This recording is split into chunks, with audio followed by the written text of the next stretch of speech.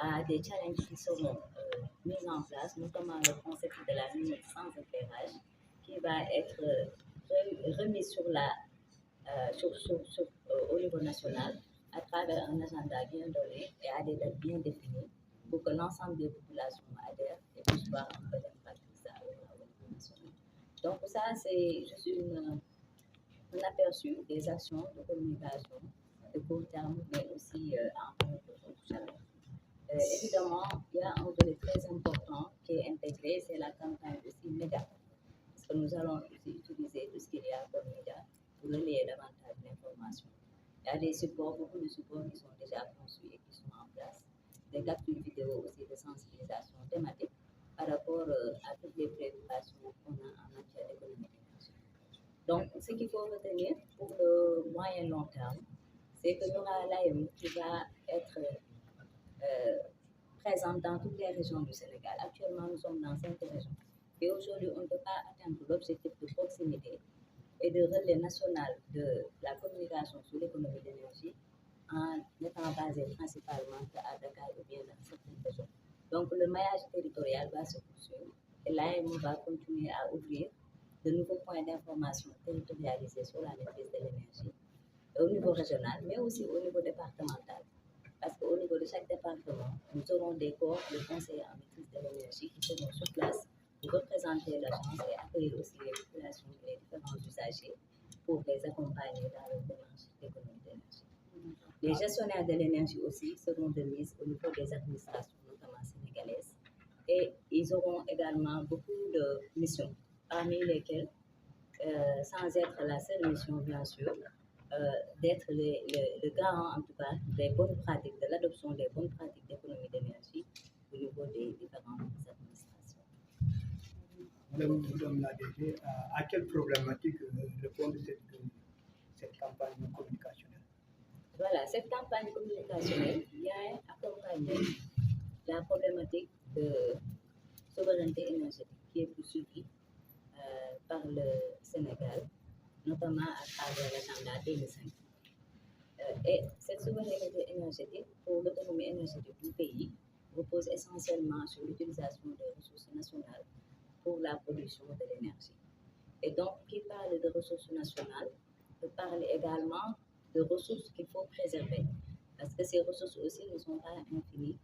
Et ces ressources aussi, pour leur exploitation, nécessitent des investissements, nécessitent des emprises foncières et nécessitent beaucoup d'autres dispositions. Alors qu'aujourd'hui, en intégrant l'économie d'énergie de bout en bout dans le système énergétique national, on arrivera à optimiser tous les investissements qui devront être concentrés au secteur, tous les investissements qui devront être mobilisés pour la production d'énergie et tous les investissements également qu'il faudra mettre en place pour l'accès universel à l'électricité.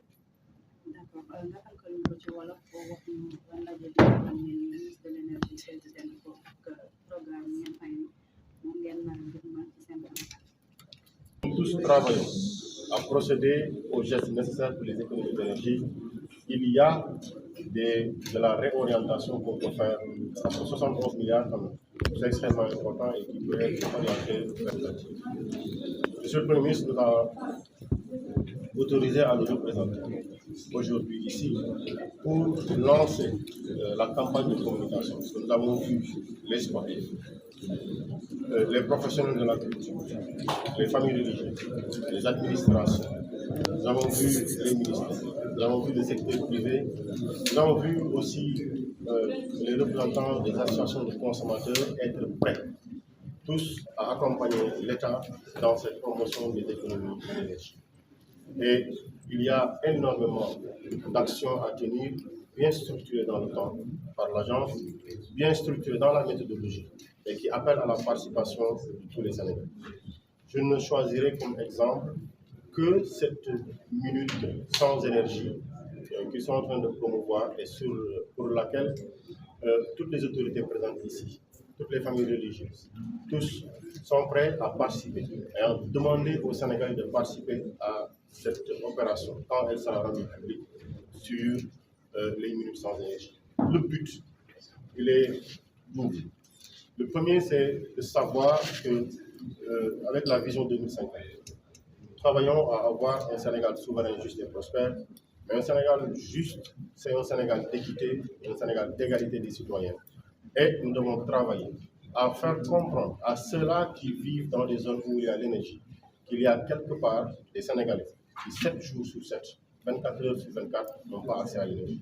C'est un bien qui irrigue notre vie, qui produit des effets sur l'économie, qui permet de travailler sur des heures tardives, qui permet d'avoir des économies d'échelle. Et il y a des populations qui en sont privées, qui aujourd'hui n'y ont pas accès. Maintenant, faire comprendre à tout le monde que même si on en dispose, il nous faudrait peut-être nous mettre dans les conditions pour comprendre l'utilité qu'il y a à économiser. Cela nous pousse à promouvoir cette activité-là, à dire un jour, le doyen de la SCOSEN, accompagné de toutes les autorités présentes, des forces armées, des familles religieuses, diront aux Sénégalais, nous voulons 10 minutes, 15 minutes, 30 minutes, ou dans les maisons, on allumera juste la lumière pour un lieu qui regroupera toute la famille. On baissera les téléphones, on se parlera en famille, mais on éteindra les lumières pour voir que vivent les populations, pour savoir ce qu'elles vivent, ces populations-là qui n'ont pas accès à l'énergie. C'est également de dire, d'évaluer pendant ces temps sans énergie, quelles sont les économies qui ont été réalisées. De pouvoir apprécier après les actions à tenir dans le temps pour nous permettre. Parce que la volonté de l'État, c'est que tout le monde ait l'accès à l'énergie. La volonté de l'État, c'est d'avoir l'accès universel en utilisant le mix énergétique et tous les moyens nécessaires. Mais il y a des étapes importantes à franchir. Ce qui n'est pas nécessaire n'est pas nécessaire. Et nous avons vu les hommes de l'art, de la culture dire qu'il faudra que nous tous nous mettions à essayer les gestes d'économie. Poser la main sur le contacteur, enlever une prise, éteindre une clim. C'est des gestes extrêmement faciles, parfois lourds à produire. Mais on a vu les conséquences qu'il y a à le faire. Et Monsieur le Premier ministre nous engage avec l'AM, avec tous les partenaires, à travailler dans ce sens-là.